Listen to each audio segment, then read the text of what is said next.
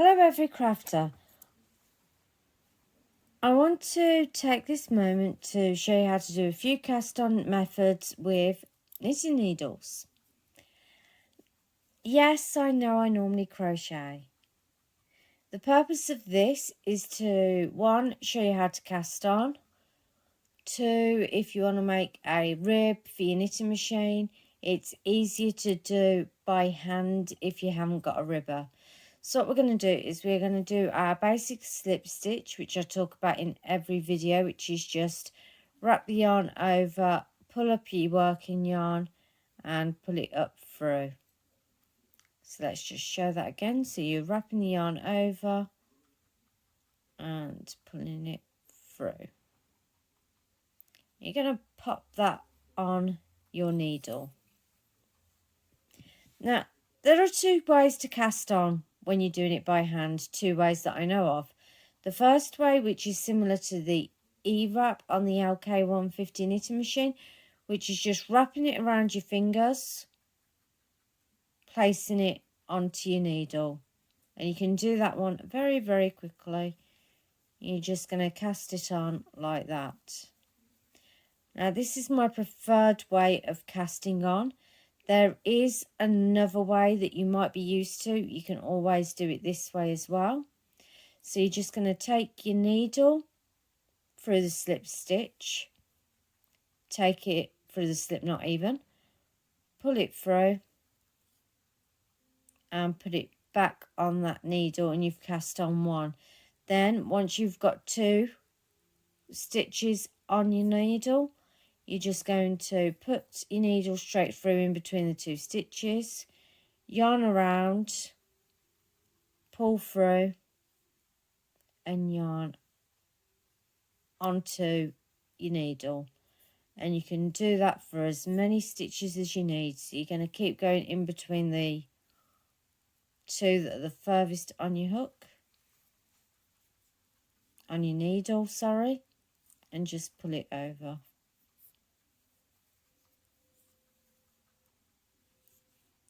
That's the two main cast-ons I want to talk about. There is one more that involves a crochet hook. So you do your slip stitch as always to start off. This is just the other cast-on method we're talking about. You're just going to chain to the length you need or the amount of stitches. So that will be one stitch in there, 2, 3, 4, 5, 6, 7, 8, 9, 10, 11, 12, 13, 14, 15, 16, 17, 18, 19, 20. The reason why I'm going for 20 is I do plan on making something with this. The method for this cast on is you are going to go through the second chain from the hook and you're just going to pick the stitch up. You are going to leave it on the hook.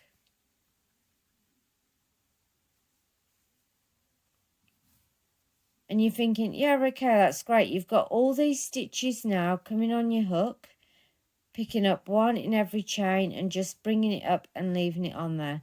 Well, what's the purpose in this? Quite simply, you can then just slide these off, insert your needle on.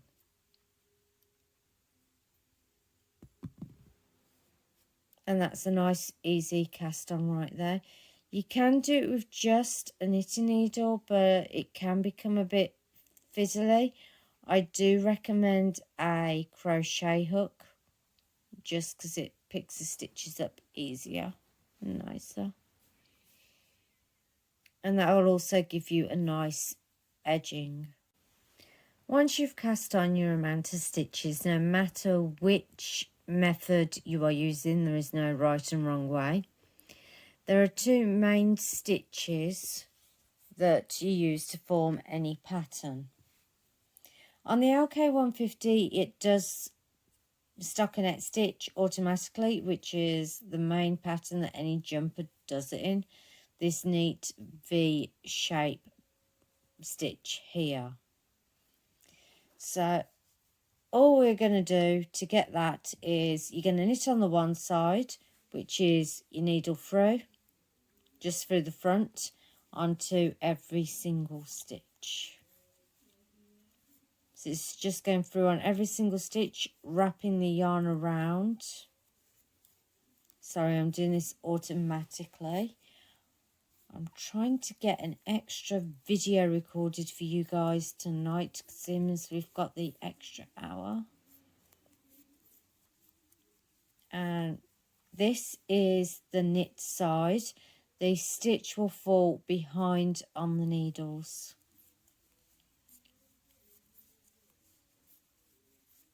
So it just keeps it all tidy. I'm not normally a knitter. I can knit, as you can see, but I'm not a big knitter. So the knit puts the stitch on the back, meaning that is the wrong side. Garter stitch does come out like this, but we are doing a stockinette, and that's why it's curling up. So all we're going to do for this is then we are going to purl back. For purl, you're putting, for knit, we put it in front of the stitch but behind the needle. For purl, you are going behind the stitch and in front of the needle that way.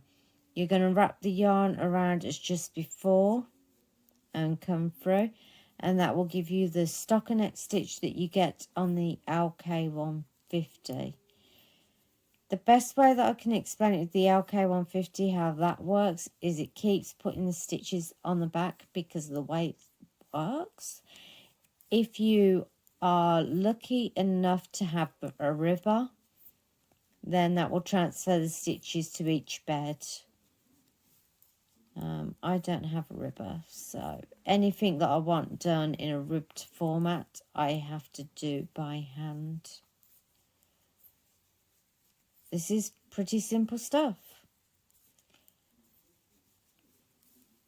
And next week, I will show you what you can do with this. Other than that, guys, I'll see you on the flip side. Happy knitting, happy crocheting, happy yarning. Whichever you decide to do, it's up to you. Your game. Your game, your world, you pick it your way. See you guys next week. Bye.